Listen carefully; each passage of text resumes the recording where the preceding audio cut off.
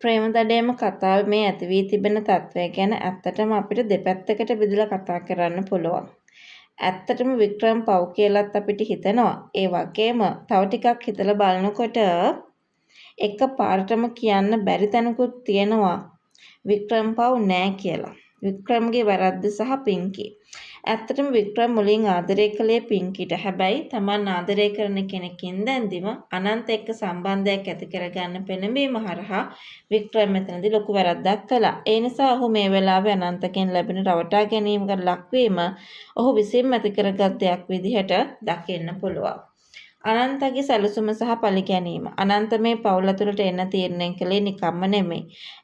ඇයට ඇගේ ගෙදර අය නැතු වුණා. ඒ වගේම ඇගේ දේශය වෙනුවෙන් යම් දෙයක් කරන්න තිබුණා. ඉතින් ලොකු පරිගැනීමේ චේතනාවක් තිබුණා. ඉත් එක් කර ගැනීම. වික්‍රම් වරද්දක් නොකරපු කෙනෙක් වගේ පෙන්වන්නට ඔහුත් මේ පරිගැනීම් වලට අදාළ පවුලේම සමාජිකයෙක්. දුර්වලකම් ප්‍රයෝජනයට ගැනීම. වික්‍රම්ගේ තියෙන මේ සසලවන සුළුසිත අනන්තා තමන්ගේ වාසියට පාවිච්චි කළා. ඇත්තටම වික්‍රම් පවුද ප්‍රේක්ෂකයන්ට වික්‍රම් ගැන අනුකම්පාවක් ඇති වෙන්නේ ඔහු මේ කිසිම දෙයක් නොදැන රැවටීමකට ලක් වෙන නිසායි.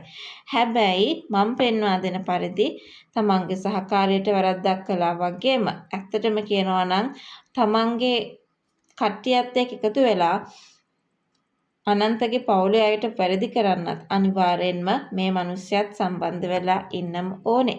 ඉතින් මෙන්න මේ කාරණාත් එක්ක ඔහුට මේ සිද්ධ වෙන දේ ඔහුගේම වැරදිවල ප්‍රතිඵලයක් කියලා හිතන්න පුළුවන්. ඒ නිසා අනන්ත වික්‍රම රවට්ටන එක සදාචාරාත්මක වැරද්දක් වුණත් ඒකේ පරිගැනීමේ කතාවේ හැටියට සාධාරණීකරණය කරන්න පුළුවන්කම තියෙනවා. Taman ආදරය කරන කෙනාට පවා දීම වික්‍රම්ට අනන්තාගෙන් ලැබෙන මේ දඬුවම එක්තරා විදිහක කර්මයක පළදීමක් වගේ නේද? ඉතින් ඔබේ අදහස අපිට කියන්න.